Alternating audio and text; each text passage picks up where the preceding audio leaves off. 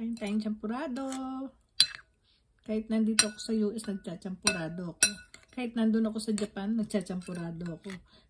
Siyempre, sa Philippines, nagchachampurado din ako. Dito muna tayo sa US ngayon. Kain tayong champurado. Guys, hindi nyo ba alam na ang champurado hindi lang sa Philippines? Kahit sa Mexican, meron pala silang champurado. Ganon din ang tawag nila, champurado. Kanya nang nilalagyan nila ng, minsan ng ibang taste like cinnamon, ganon.